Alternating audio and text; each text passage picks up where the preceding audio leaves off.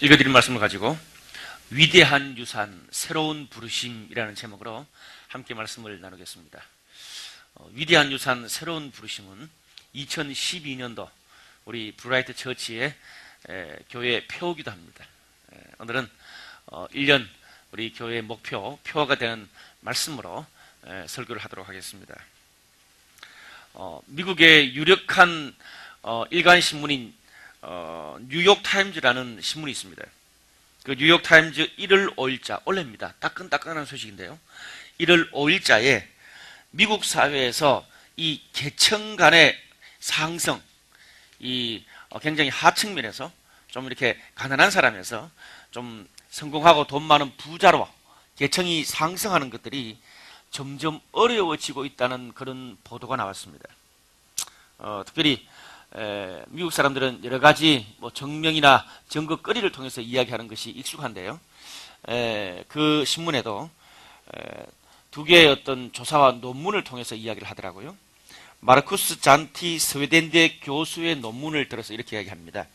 미국의 소득 수준이 낮은 하위의 5분의 1이 42% 정도가 평생 죽을 때까지 그 소득 수준 하위를 그대로 유지한다고 합니다. 무려 42%가. 부모의 가난한 환경을 그대로 답습한다는 거죠. 덴마크가 25%, 영국의 30%에 비해서 굉장히 높은 수치를 기록하고 있습니다. 그리고 이제 업그레이드죠. 소득 수준이 낮은 5분의 1의 사람들이 상위 소득 수준 5분의 1로 점핑하는 퍼센테이지가 8%밖에 안 됩니다. 미국 사회가. 그리고 미국 퓨리서치 조사라는 데서 또 조사를 했는데요. 미국의 소득 수준 상위 5분의 1입니다. 거꾸로. 상위 5분의 1의 사람들이 평생 동안 소득 수준 상위의 5분의 1, 거기다가 5분의 2까지 계속 머무를 확률이 무려 62%라는 거예요. 잘 사는 사람들은 계속 잘 산다는 거죠. 또 아까 말했던 소득 수준의 하위 5분의 1%가 나중에 평생 동안 소득 수준 하위 5분의 1을 넘어서 5분의 2까지 머물 확률은 무려 65%입니다. 거의 자신의 가난을 그대로 물려받고 조금 잘 살아봐도 겨우 조금 정도 잘 사는 정도 이상이 안 된다는 거예요. 충격적인 그런 조사더라고요.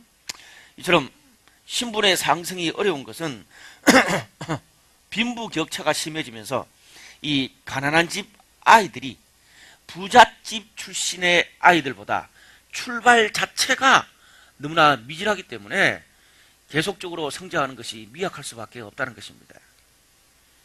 지난해 미국은 미국 국민들의 분노한 이 월가의 시위가 있었습니다. 그 시위는 서민 99%와 이 상위 계층 1% 간의 이 계층 간의 갈등을 그대로 보여주고 있는 그런 단면이기도 합니다. 이제 미국도 더 이상 기회의 땅이 아니라는 것입니다. 아메리칸 드림이 존재하지 않는다는 그 말입니다. 개천에서 용나던 시대는 미국도 옛말입니다. 어떤 집안에서 태어나느냐가 평생을 결정하는 핵심 요소가 되어버렸다고 그 신문은 개탄하고 있습니다. 여러분, 미국만 그렇겠습니까? 미국이 이 정도면 한국은 더합니다. 부정적인 면도 있지만 우리가 여기서 되짚어 볼 만한 것은 부모 세대가 물려준 유산이 자녀 세대의 인생을 결정할 정도로 그만큼 부모 세대의 전통과 유산이 자녀 세대의 삶에 결정적인 영향을 미친다는 것입니다. 여러분, 계층만의 문제가 아닙니다. 우리가 작게는 직장 일을 하고 공부를 하고 노래 하나를 불러도요, 대가나 유명한 사람들한테 직접 사사받거나 코칭을 받으면 단번에 실력이 업그레이드 됩니다. 그래서 사람들이 어찌하든지 좋은 학원 그리고 좋은 레슨을 받으려고 그 많은 돈을 내고도 그렇게 길을 쓰는 거예요. 내 수준에서 10년 동안 열심히 하고 뛰어다니는 것보다 탁월한 리더 밑에서 1년 동안 집중적으로 배우는 것이 훨씬 더 열매를 많이 맺는다는 것은 당연한 이치입니다. 그럴 때 우리 삶이 탁월해지고 새로운 기회도 훨씬 많아집니다. 그래서 얼마나 열심히 하냐보다 어떤 면에서 더 중요한 것은 우리에게 얼마나 위대하고 탁월한 전통과 유산이 있느냐, 어떤 유산을 따르느냐가 참 중요합니다. 새해를 맞이할 때마다 많은 사람들이 내 삶과 신앙이 업그레이드 되기 위해서 계획도 세우고 목표도 세웁니다. 근데 문제는 내 생각, 내 열심으로만 열심히 쫓아갑니다. 위대한 유산과 좋은 전통, 대가의 가르침, 삶의 좋은 방향이 없습니다. 그렇기 때문에 항상 내 수준을 벗어나지 못합니다. 고만고만한 열매만 거둔다는 거죠. 여러분, 위대한 삶은 하늘에서 혼자 툭 떨어지는 그런 게 아닙니다. 언제나 위대한 전통, 위대한 유산과 맞닿아 있습니다. 우리 인생과 신앙에 어떤 유산과 전통을 받아들이느냐가 우리 삶의 수준과 열매를 가늠합니다. 결정한다는 그 말씀입니다. 우리 브라이트 처치는 지난 3년 동안 이 홍대 땅에서 이제 기초 공동체를 쌓았습니다. 어느 정도 좀 정착을 했다는 말입니다. 그래서 올해부터는 도약의 해라고 저는 생각합니다. 이제부터 우리가 교회에서, 예배에서, 셀에서 사역에 사는 모든 행동 하나하나가 우리 교회의 전통과 문화, 유산이 될 것입니다. 그래서 저는 올 한 해 표로 위대한 유산, 새로운 부르심, 그렇게 잡았습니다. 멋들어진 말인데 쉽게 좀 우리 생활용어로 표현하면 어떻습니까?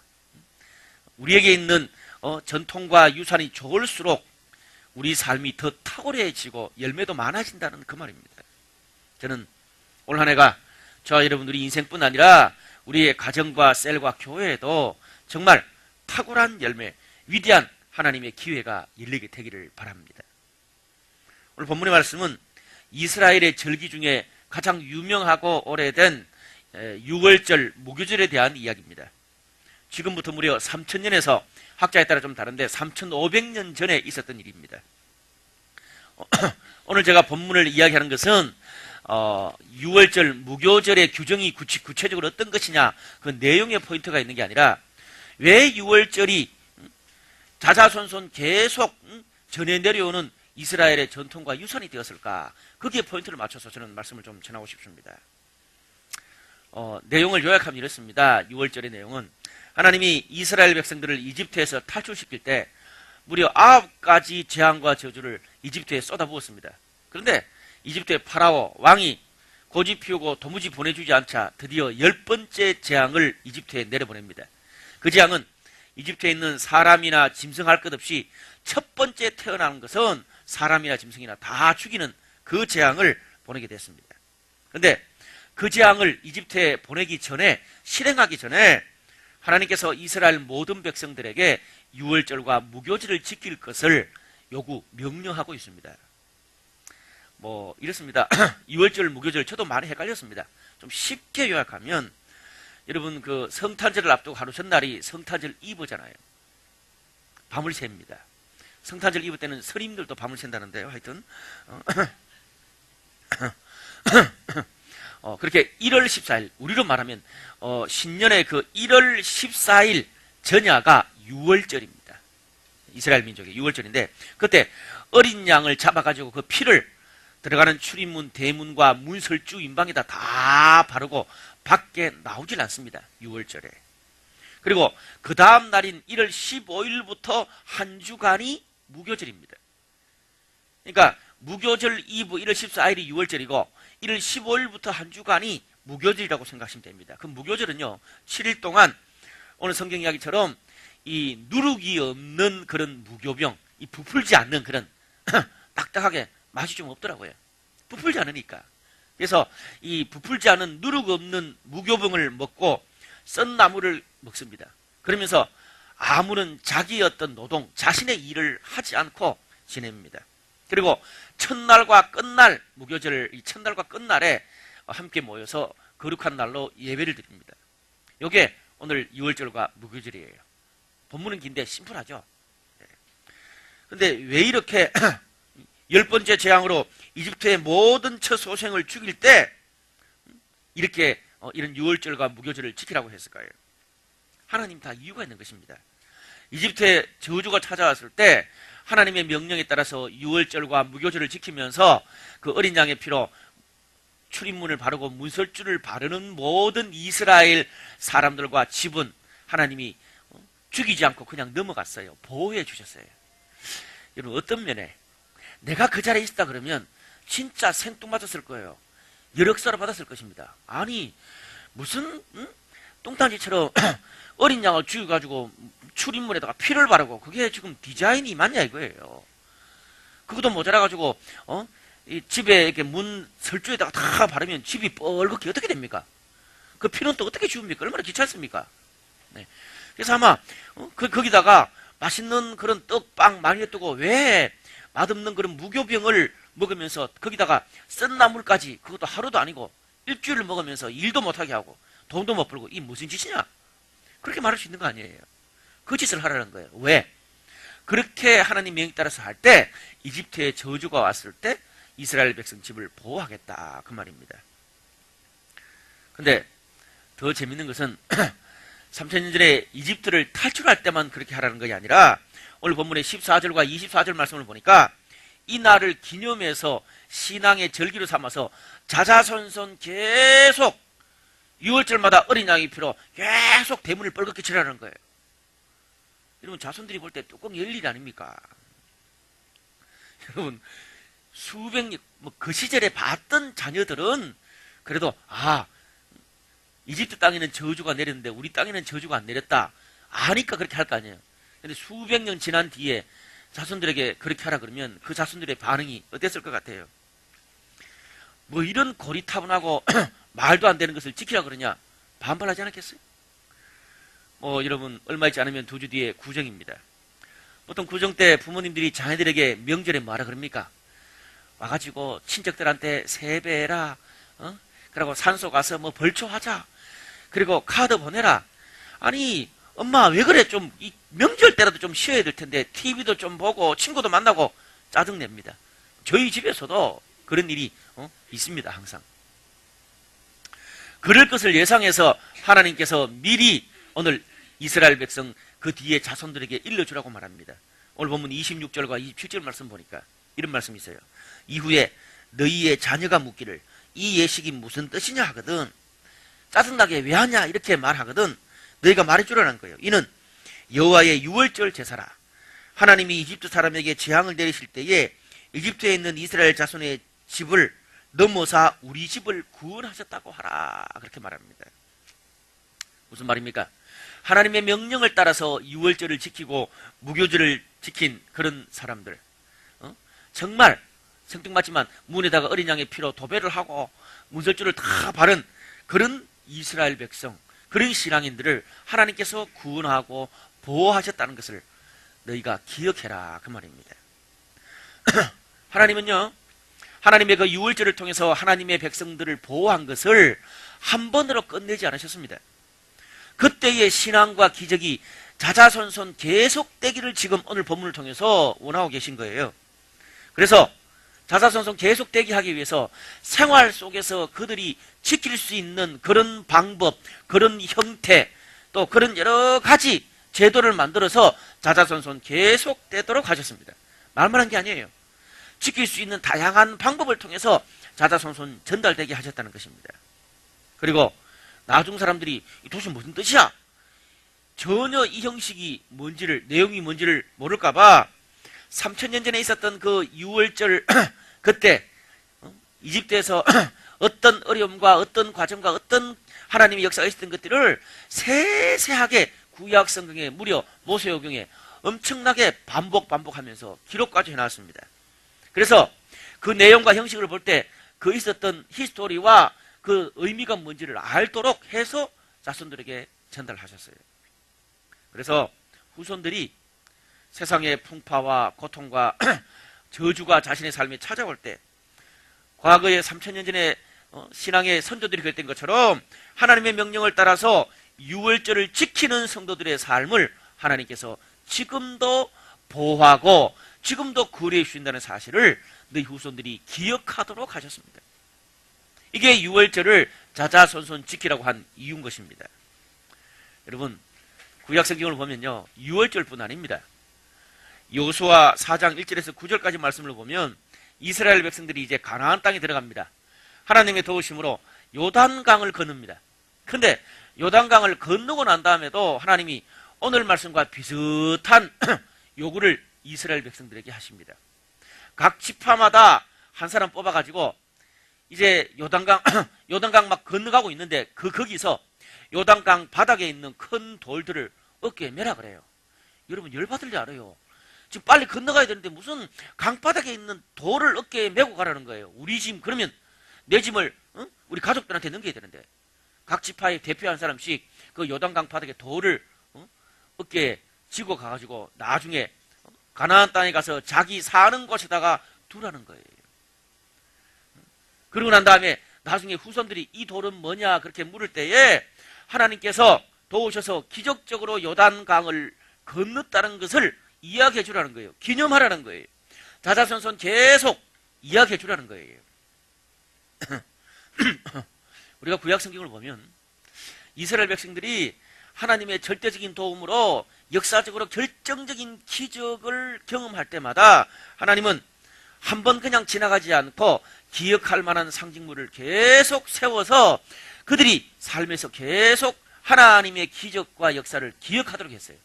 그것을 메모리얼 그렇게 이야기합니다. 신학적으로 아주 중요한 건데 하나님의 역사를 기억하는 기념비라는 말이에요. 그래서 구약 성경에 보면 메모리얼이 많습니다. 적들한테 이기고 난 다음에 노래 부르고 다 따라 부르게 하고 자자손손 그 노래를 계속 부르라 그러고 막 기념비 세우고 그리고 막 6월절처럼 이런 절기를 지키게 하고 이것을 계속 하셨어요. 하나님은요, 우리가 이를 통해서 알 수 있는 게 뭡니까? 하나님은요, 사람들이 그냥 단순하게 말로만, 입으로, 결심으로만 하나님을 사랑하게 하지 않으셨습니다. 다양한 방법, 형식, 제도를 통해서 하나님과의 사랑을 표현하고 피드백하게 하셨어요. 그 피드백하는 방법이 형식이고 방법이고 절차고 제도였어요. 왜요? 인간은 죄인이거든요. 떠올릴 만한 상징과 피드백이 없으면 금방 잊어버리고 결심해놓고도 금방 변심하는 게 인간이거든요. 그래서 떠올릴 수 있는 기념비를 만드시는 거예요. 그래서 여러분 우리가 구약 성경에 보면 수많은 제사와 또 절기가 나오고 거기에 따르는 섬세한 규정들이 나오고 있습니다. 수천 년이 지나가지고 우리가 성경을 볼 때는 머리가 아프고 짜증나고 왜 이런 복잡한 것을 했을까 그런 생각이 들지 모르겠습니다. 그런데 그 시절 사람들에게는 그게 익숙한 거예요. 여러분 고대 사회는 제사드리고 이런 것들이 익숙하잖아요. 그 시대 사람들에게 가장 익숙한 방법으로 하나님께 나아갈 수 있는 형식과 방법을 하나님께서 주신 거예요. 이게 구약 성경입니다. 여러분 구약에만 있는 게 아니에요. 신약 성경 와서 보세요. 신약 성경에도 복음서나 바울서신에 보면 예배를 드리고 셀로 모이고 삶으로 지킬 것들이 뭐다 수많은 형식과 방법을 통해서 신약의 성도들이 하나님께 나아갈 수 있도록 하셨어요. 여러분 신약 이후에 지금 이르기까지 수천 년 동안 기독교인들은 하나님을 만나고 더 가까이 갈 수 있는 더 좋은 방법과 형식들을 끊임없이 연구하고 찾아왔습니다. 근데 그걸 기억할 필요가 있어요. 때때로 그런 형식과 제도들이 사람들의 숨통을 쪼을 때가 있어요. 그리고 교회를 좀 치우친 방향으로 잘못 가게 할 때도 있었습니다. 기독교 역사 가운데 많은 사람들이 교회를 떠나기도 하고 그것 때문에 사회의 지탄을 받기도 했습니다. 부정할 수 없는 거예요. 그러다 보니까 어떤 사람들은 형식과 제도, 교회 모든 그런 것들을 아예 깡그리 다 무시하고 어떤 형식도 없이 나는 자유인으로 하나님과 단독으로 독대하면서 만나겠다 그렇게 말하는 사람이 있습니다. 여러분 근데 결국 우리가 알아야 될 것은 형식과 방법과 제도와 절차 없이 인간이 하나님께 가까이 갈 수 없다는 말입니다. 하나님을 만날 수가 없다는 말입니다. 인간은 죄인이거든요. 또 오늘 본문에 보세요. 이 유월절과 이런 모든 기념비의 형식과 제도와 그 시대의 절차를 주신 분이 하나님이에요. 그렇다면 그게 분명히 필요하다는 그 말입니다.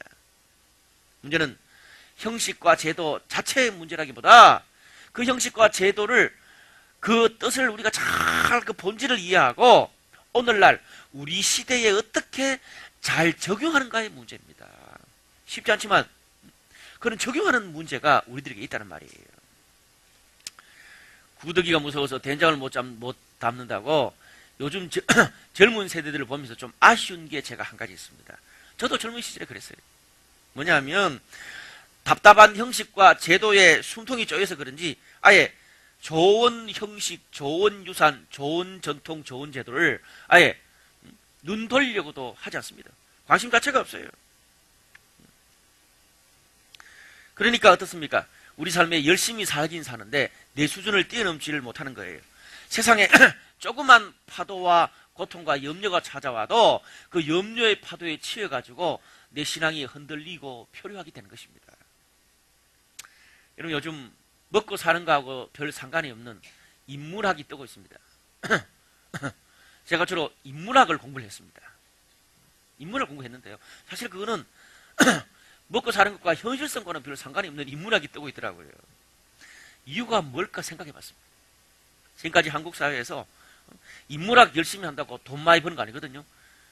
그러다 보니까 사람들이 스펙 쌓고 돈 벌고 성공하고 현실만 약삭 빠르게 살 수 있는 뭐 토플, 자격증 뭐 그런 여러 가지 그런 것들만 하고 살았습니다.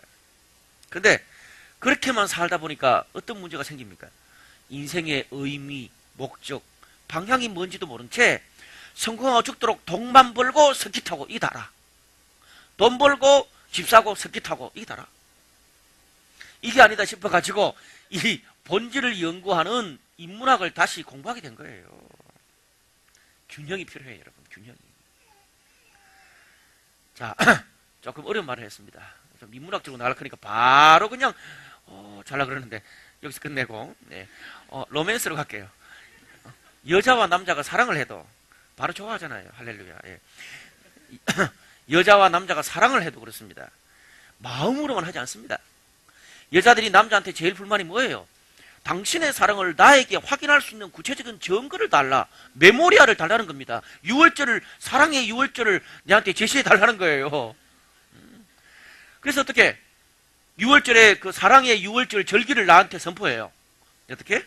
함께 만나는 시간을 정하고 꽃을 주고 사랑의 말을 하고 손을 잡고 편지를 쓰고 별나 할 일을 다 뜹니다. 사랑에도 절기가 있는 거예요. 표현할, 상징할 상징물이 있어야 사랑이 지속되는 겁니다. 아, 나는 마음으로만 사랑한다. 그러면요, 여자한테 대접 못 받습니다. 여러분, 인간의 사랑도 이와 같은데 우리가 하나님의 형상으로 지음받았다 그랬잖아요. 우리가 하나님과 사랑을 할 때 오죽하겠습니까? 뿐만 아니라 우리 인생의 다양한 삶을 살 때 이렇게 좋은 전통, 유산 없이 내 열심으로 해보려고 하는 게 얼마나 유치한 발상이냐 이거예요. 과거의 것은 무조건 나쁜 게 아닙니다. 해 아래 색이 없습니다. 우리께 좋은 것이란 말이지 않습니까? 해 아래 색이 없어요. 여러분, 옛날에는 진짜 옛날에 우리 막 보리밥 먹고 그리고 막 채소밥 먹고 이런 것 자체가 가난한 시절이었습니다. 쌀밥 먹는 사람들이 돈 많은 사람들이었어요. 근데 요즘 어떻습니까? 옛날에 가난한 사람만 먹고 치부시했던 그런 한국의 채소들, 보리밥들, 막 자연식들 이런 거 막 요새 막 엄청나게 돈 주고 먹습니다. 우리 것이 좋은 것이고 해 아래 색이 없어요. 과거의 위대한 유산을 오늘의 방법으로 재해석하고 그것을 내 것으로 삼을 때 우리 인생에 대박 치는 거예요.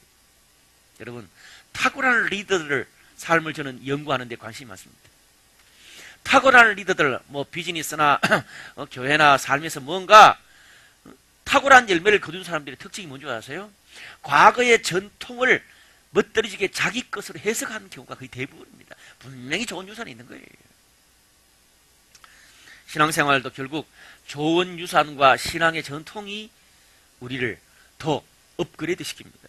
뭐 우리가 방금도 큐티에 대해서 막 제가 큐티 책 들고 이야기하고 인사했습니다.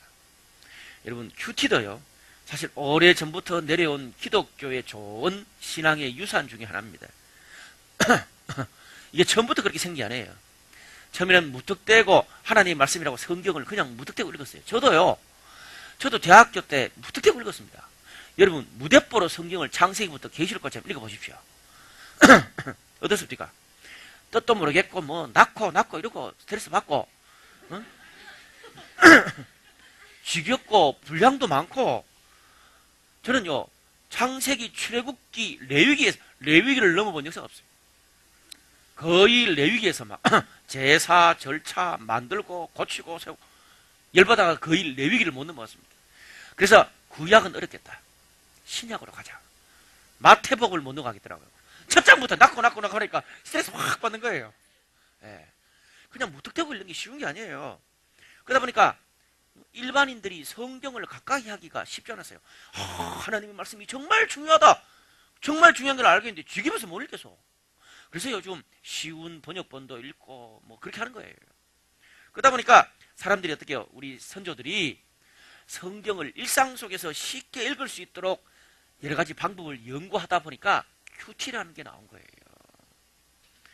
물론 어떤 사람은 뭐 성경을 깊이 알아가지고 혼자 그냥 성경을 창세기부터 계시록까지 읽어나가면서도 하나님의 음성이 툭툭 떨어지는 사람도 있을 거예요.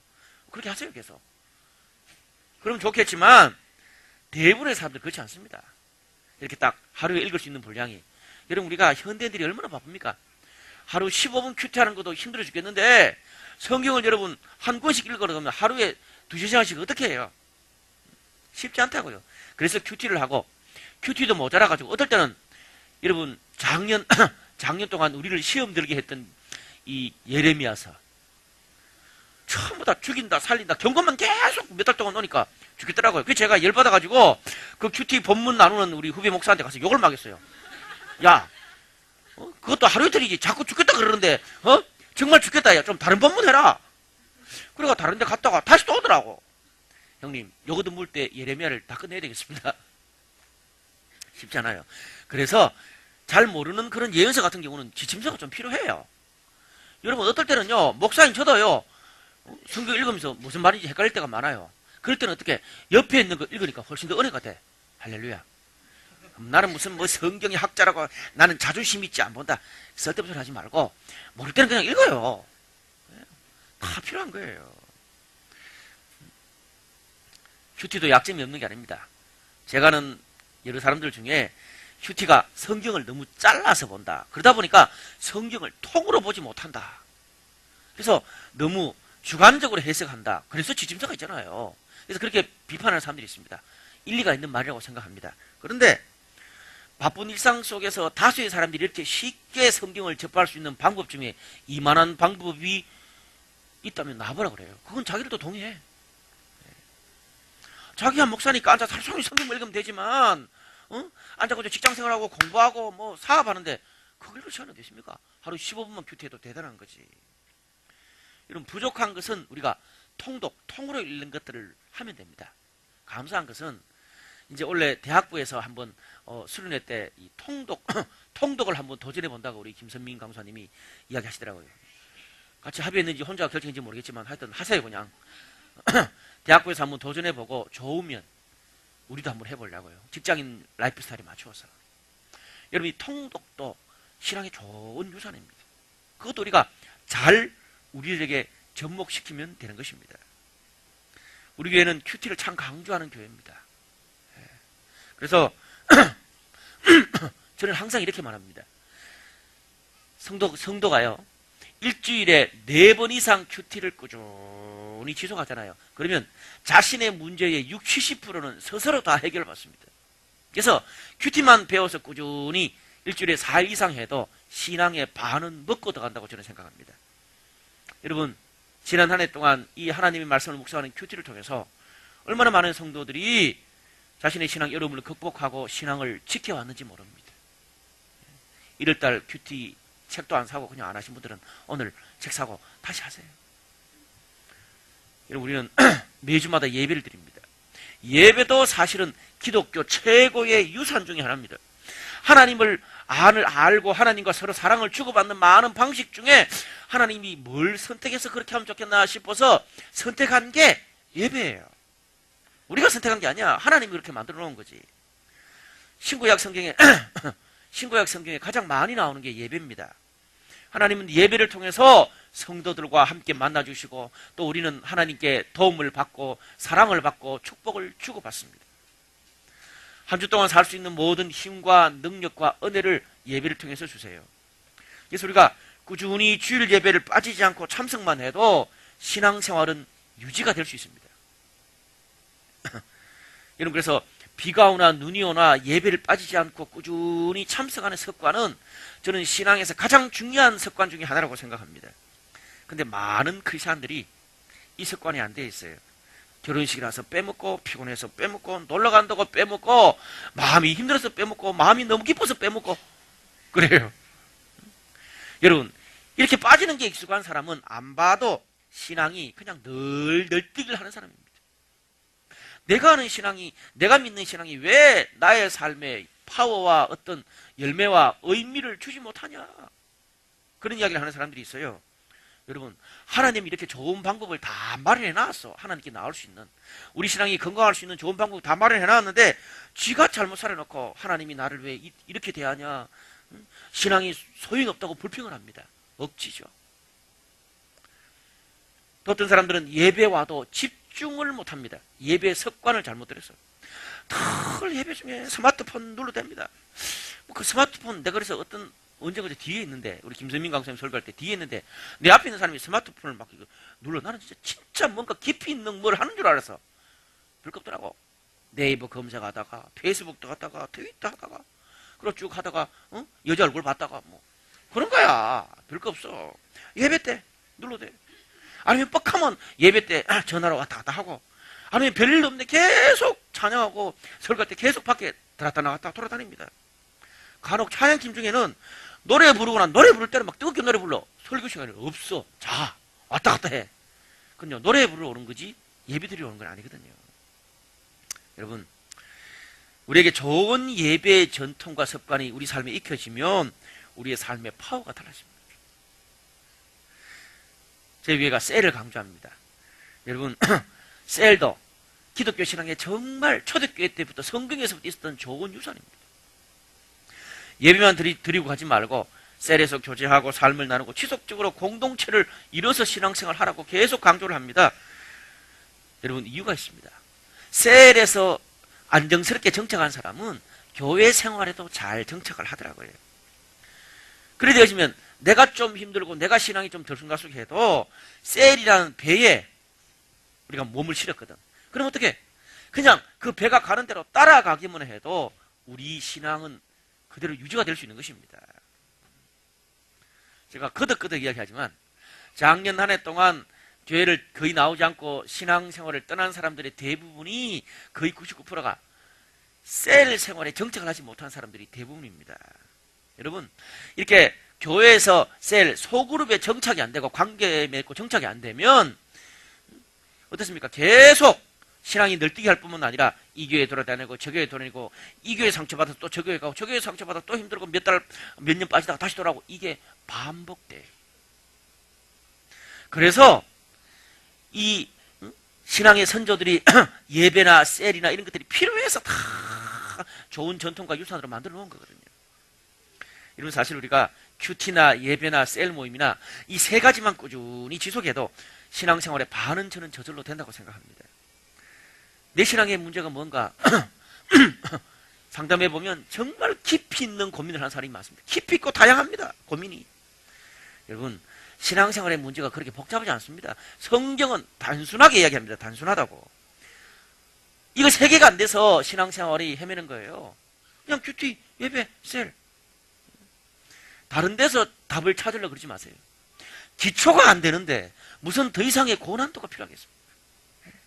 이런 기초가 튼튼하지 않는데 신앙을 통해서 내 삶의 고난을 이겨가고 비전을 발견하고 뭔가 영적으로 성숙하고 하나님의 영향을 퍼뜨리는 그런 사람이 될 수 있겠습니까? 이 기초가 안 되면요, 제가 방금 말했던 그런 것은 그림의 떡입니다. 그냥 포기하고 사는 게 좋습니다. 여러분, 이 신앙의 기초에서 신앙이 좀 더 성장하기를 원하십니까? 신앙이 성장하는 사람들을 위해서 우리는 교회에서 양육이라는 것을 하는 거예요. 양육이 그냥 하루아침에 생기는 게 아니에요. 처음에는 성경을 가르치고 교리를 가르치고 하다 보니까 사람들이 너무 어렵고 복잡하고 이러다 보니까 몇천 년 동안 이렇게 교회에서 쌓여가서 이제는 이들이 신앙과 삶에 가장 필요한, 그 신앙의 수준에 따라서 가장 필요한 것들을 만들어내고 하다 보니까 양육이라는 프로그램이 나오기 시작한 겁니다. 기독교 신앙의 핵심을 단기간에 정리하고 깨닫게 해줘요. 많은 사람들이요, 교회는 5년, 10년 오래 다녔는데 어떻게 하나님께 나가야 되는지, 어떻게 신앙이 성장해야 되는지, 어떻게 하나님의 비전을 가지고 살아갈 수 있는지 그거를 몰라요. 방법을 몰라요. 어떤 사람들은 교회 5년, 10년 동안 막 이렇게 저렇게 봉사하고 살았는데도 구원의 확신이 없어. 늘 똑같은 고민을 5년, 10년 동안 신앙적 고민을, 삶의 고민을 계속 반복해. 그 말은 내가 아직 잘하고 있지 않다는 말이에요. 반복되는 고민만 있다면. 그래서 조그만 얼음이 와도 자주 흔들립니다. 이단이 떡 와가지고 니 진짜 니 의인이야 죄인이야 이렇게 쭉 찔러버리면 그때부터 할 말이 없습니다. 여러분, 제가 여기서 너 의인이야 죄인이야 이렇게 물을 때 헷갈리는 사람 많을 거예요. 양육과 훈련을 안 받으니까 헷갈리는 거예요. 여러분, 꼭 기억하십시오. 신앙이 성장하려고 그러면 양육을 받아야 됩니다.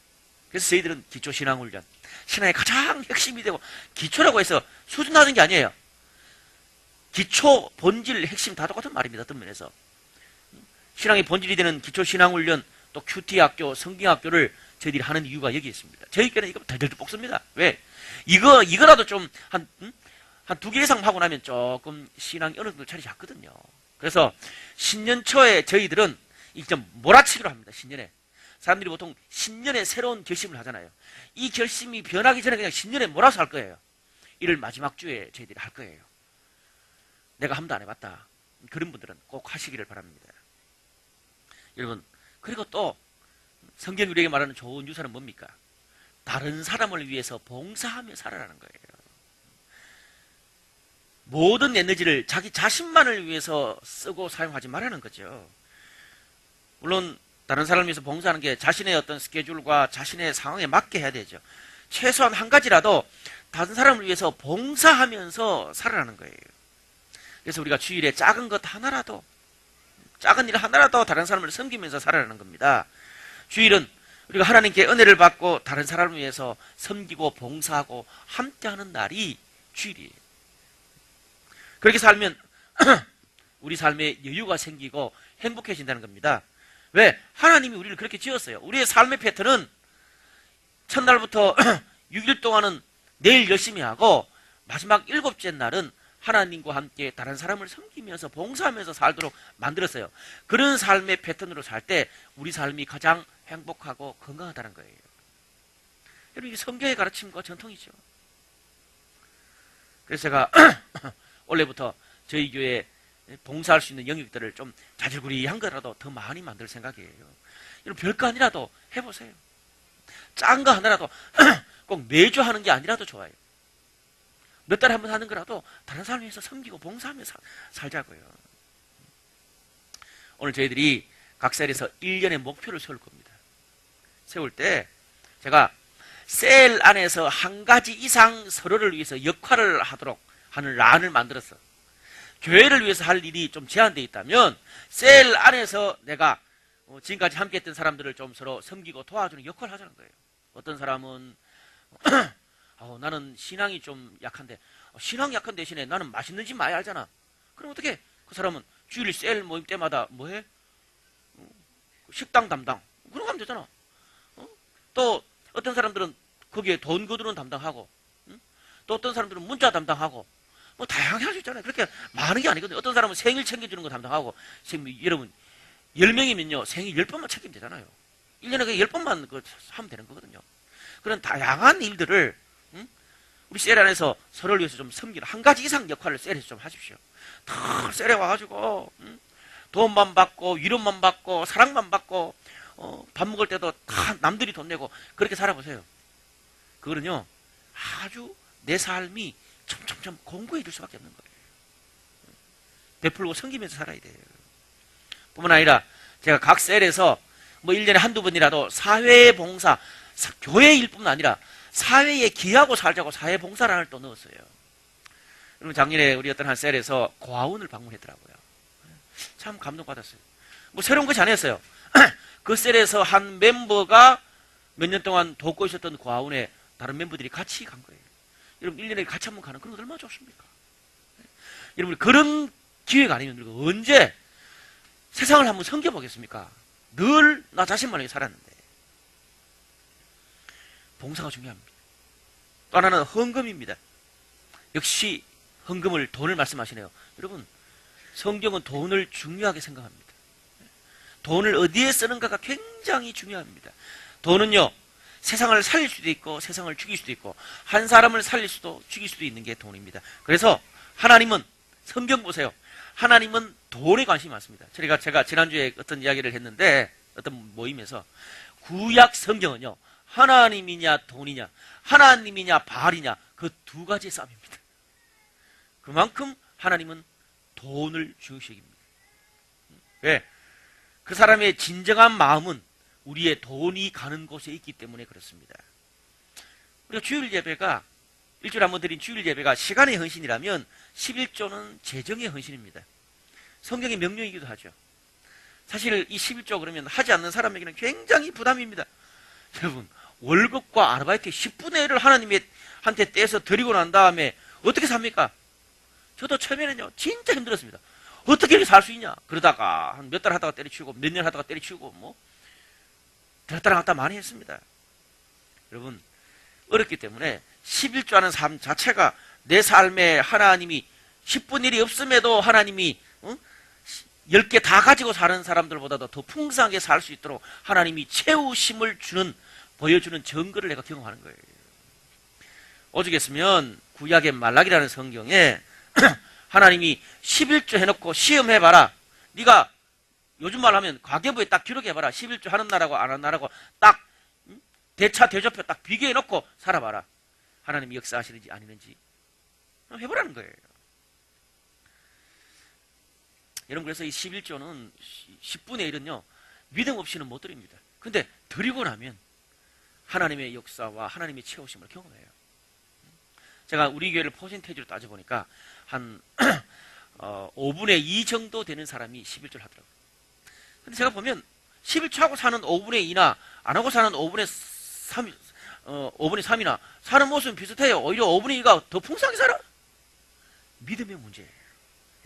사실 돈이 있는 곳에 마음이 있잖아요. 그게 결국 하나님이 살아계셔서 내 돈을 주관하느냐 안 하느냐를 보는 아주 중요한 단서가 되는 것입니다. 여러분, 그래서 저는 오늘 셀 모임, 또 다음 주 믿음의 목표를 이렇게 결정하는 2주 동안 셀에서 너 11조 하니? 안 하니? 서로 이야기해 보기를 바랍니다. 그냥 웃기는 소리, 뭐 재밌는 소리 막 그런 소리 하지 말고 신앙이 중요한 거거든요. 너 11조 하냐? 언제부터 했냐? 해보니까 그 모자라는 돈은 어떻게 했냐? 어려움이 없냐? 어떻더냐? 서로 이야기해 보세요. 신앙은 말만 있는 게 아니잖아요. 정말 어려운 것들을 서로 나누는 거잖아요. 이렇게 이렇게 얘기하면 어떤 사람들은 목사님 신앙생활 할 게 너무 많습니다. 너무 힘들어요. 그렇게 말하는 사람이 있습니다. 힘든 것 같은데 실제로 제가 종목을 딱 따져보면 6개 이야기한 겁니다. 큐티, 예배, 셀, 양육, 봉사, 헌금. 6개 이야기한 거예요. 여러분, 제가 보니까 이 전체 6개를 지키면서 사는 사람들이 제가 보니까 우리 교회는 한 퍼센테이지로 5분의 2 정도 됩니다. 5분의 2 정도 되는데, 근데 그렇게 하면서 사는 5분의 2 사람이나 그렇게 안 하면서 사는 5분의 3 사람이나 보면요, 5분의 2 사람들은 안 하면서 사는 5분의 3 그 사람들을 할 거 다 하면서 또 이거 하면서 살아요. 근데 우리 생각에 이게 너무 많고 그렇다고 싶어서 안 하잖아요. 근데 자세히 보세요. 여러분, 이거 안 하고 살면 술 마시러 가고 놀러 가고 다른 거 하고 다른 데 돈 투자하고 다 하게 돼 있어요. 인간은요, 뭐든지 이거 안 하면 저거 하게 돼 있어요. 중요한 것은 내가 소중한 것을 선택의 문제예요. 선택의 문제. 선택의 문제. 내가 뭐를 선택하느냐를 보면 그 사람의 무게중심이 어디에 있는지를 알 수 있는 거죠. 하나님 그걸 보시는 거예요. 이런 여러 가지 하나님께 다가올 수 있는 방식을 딱 줘놓고 결국 뭡니까? 네가 정말 나를 사랑하고 따라오기를 원하느냐? 그러면 네 삶에서 어떤 가치를 가장 소중한 것으로 놓고 살느냐? 하나님 보시는 거예요. 그러니까 어떻게 그걸 보면서 얘가 나를 사랑하는구나 느낄 수 있는 거잖아요. 여자가 남자 사랑을 느낄 때 말로만 가지고 느끼지 않잖아요. 그런 여러 가지 표현과 방법을 보면서 느끼잖아요. 똑같은 거죠. 우리가 이것들을 통해서 제가 제시하고 싶은 게 뭡니까? 왜 내 삶의 신앙생활과 교회 생활이 자리 잡히지 않는지, 또 내가 신앙이 성장하지 않는지, 내 삶에 영적인 파워가 없고 하나님을 느끼지 못하는지, 내가 왜 인생의 비전을, 하나님 주신 비전을 발견하지 못하는지, 오늘 제가 방금 말했던 기독교의 좋은 신앙의 유산들은 거기에 대해서 해답을 주고 있는 거예요. 심플하게. 우리가 답을 분명하게 알았으면 쓸데없는 허황한 것 가지고 고민하지 말자고요. 내 삶이 왜 이렇게 영적으로 내가 은혜가 없을까? 내 삶에 파워가 없을까? 열매가 없을까? 다 나와 있는데 이거를 더 가려고 그러니까 부담되거든. 그러니까 엉뚱한 것 가지고 이것이 문제였다, 저것이 문제였다, 환경이 문제였다 그러는 거죠. 사실은 쏙 보이는 소리예요. 제 이야기도 해요. 저는 2012년 신년에 우리의 기도를 좀 바꿨으면 좋겠다 싶어 생각했습니다. 쓸데없는, 정말 문제 내두고 쓸데없는 것 가지고 고민하지 말고, 하나님, 오늘 목사님을 통해서 이런 좋은 신앙의 전통을 제가 들었는데 이것 때문에 내 신앙이 문제고 내 삶이 문제군요. 이 좋은 유산을 내 것으로 만들어 가지고 내 삶이 새롭게 업그레이드 될 수 있게 결단할 수 있도록 도와주세요. 그 기도가 바른 기도라고 저는 생각합니다. 저는 장일에서 올리로 넘어오는 그 성탄 예배, 송구 영신 예배를 드리면서 참 감동을 받았습니다. 저희 교회에 또 좋은 예배 문화 전통이 하나 생겼습니다. 특별히 송구 영신 예배 때 한 100명 이상의 사람들이 왔어요. 이 홍대 바닥에서. 서울에서만 온 게 아니고 뭐 인천과 뭐 안산과 저 파주와 수도권 전역에서 왔어. 돌아갈 수 있는 차편도 없어. 그런데도 그렇게 많은 우리 성도들이, 젊은이들이 와가지고 한 해를 시작하면서 놀고 먹고 뭐 흥청망청할 것도 많은데 한 해를 하나님이 주시는 말씀으로 한 해를 시작하고, 그 말씀으로 시작하는 그 받은 말씀 가지고 감동하고 울컥해하고 정말 기대하는 여름을 보면서 참 감동했어요.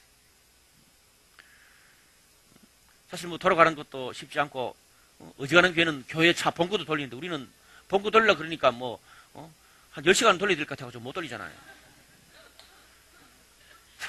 이런 또 성탄 예배와 이 송구 영신 예배 봉사해 준 분들 너무 감사하더라고요. 이렇게 꾸며준 분부터 시작해서 또 뒤에 뭐 영상, 음향, 또 앞에 찬양해 준 분들, 어떤 친구들은 2탕 뛰었어요. 우리 드럼머.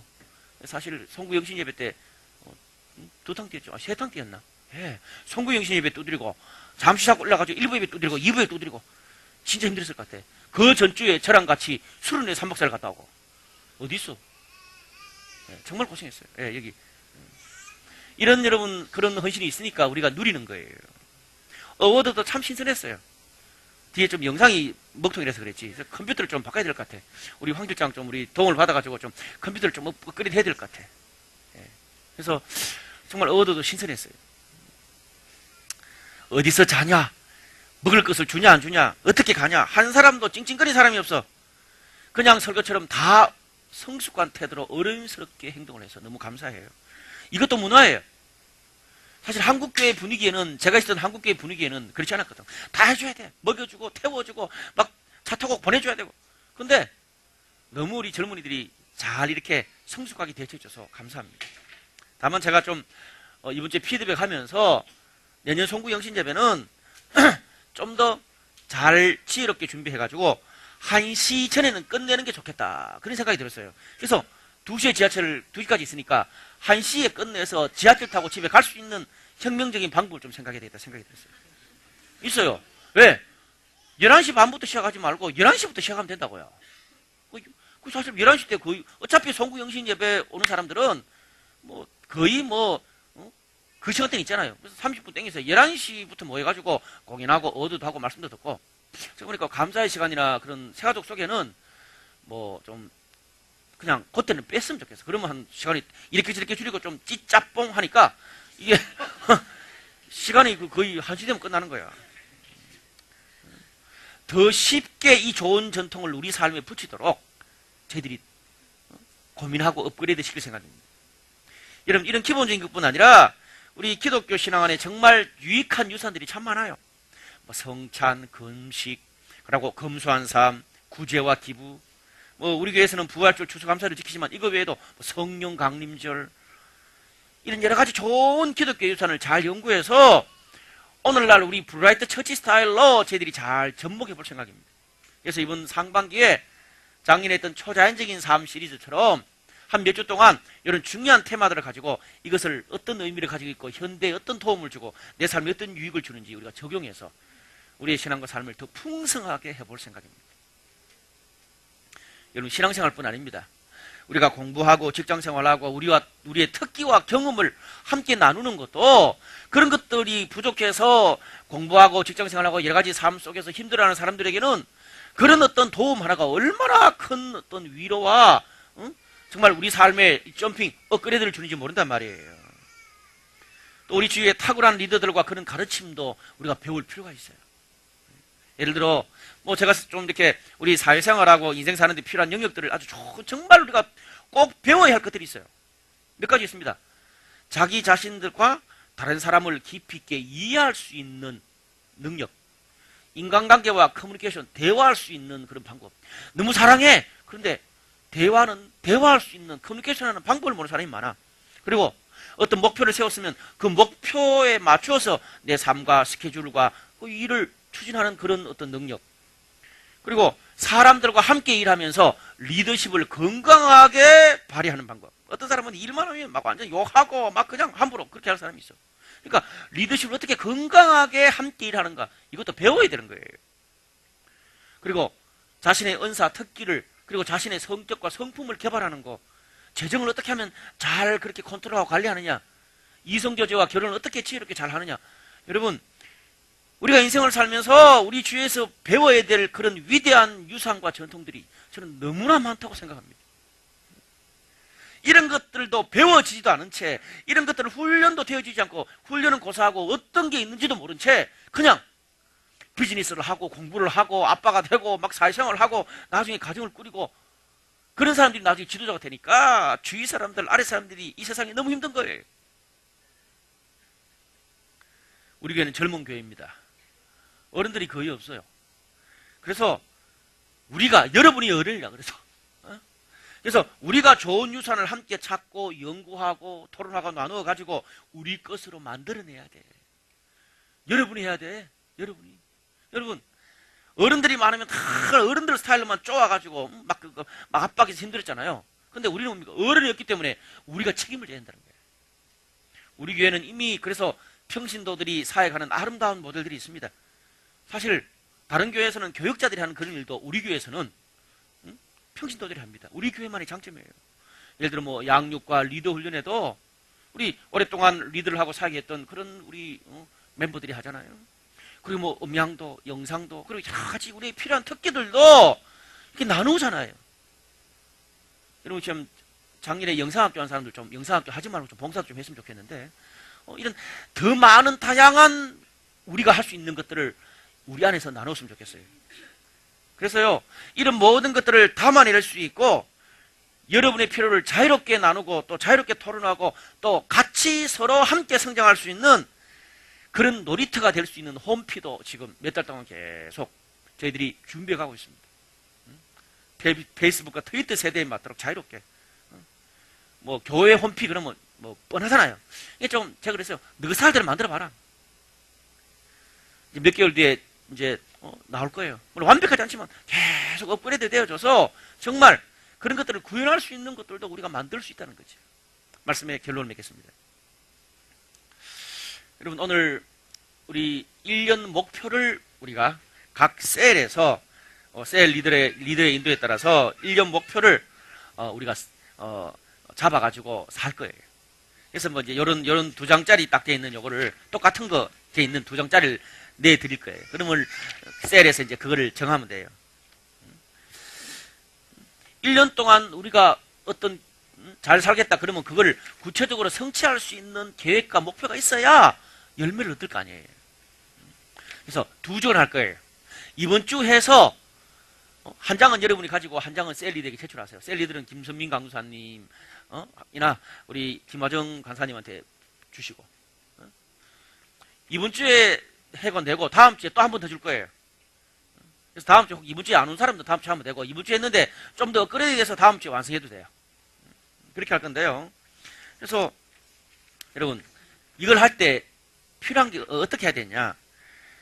각 영역이 있어요. 하나님과의 관계 안에 예배, 말씀, 기도 영역이 있는데 각 영역마다 한 가지만 하세요. 가정, 한 가지만 하세요.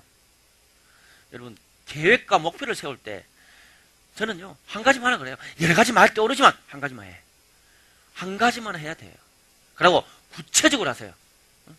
민족 복음화, 하나님과 더 가까이 있어야 되겠다. 그런 거는 계획이 아니지, 열망이지.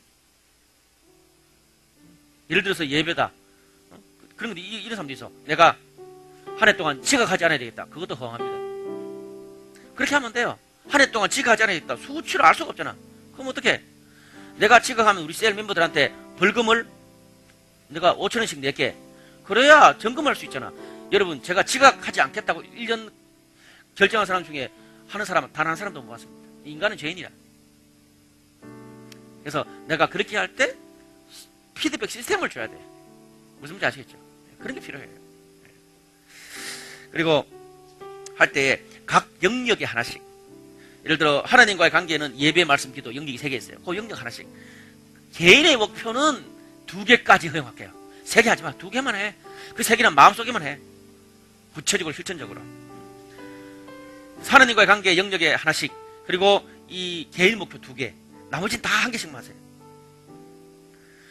그리고 작년에는 개인의 목표와 셀의 목표를 따로 했는데 이번에 셀의 목표를 여기 하나에 다 넣었어. 어떻게 하든지 단순화시킬 거예요. 셀에서 함께 우리가 지켜가야 될 목표. 여러분 1년 동안 만나서 밥 사 먹고 돈 내고 같이 이 시간을 만나는데 뭔가 건설적으로 써야 될 거 아니에요. 그래서 영적인 성숙과 또 셀원들과의 관계와 셀에서 역할 분담을 어떻게 하겠다 이런 것들을 셀에서 함께 결정하세요. 그리고 마지막으로 여러분 내게 주신 말씀에 란이 좀 많습니다. 여기에 교회의 목표 3가지를 넣고 같이 기도해 주세요. 저희들이 이제 한 150명 정도 되는데 내년에는 250명이 예배 드리는 공동체가 됐으면 좋겠고 재정이 자립됐고 그리고 내년에 블루라이트 투어를 할 수 있는 기반이 형성되도록 기도하고 있습니다. 3가지. 교회 목표는 250명 재정 자립, 내년에 블루라이트 투어를 카페 스타일로 블루라이트 투어를 할 수 있는 기반이 형성되도록 기도하고 있습니다. 그것을 위해서 기도해 주시면 감사하겠습니다. 제가 한번 기도하시겠습니다.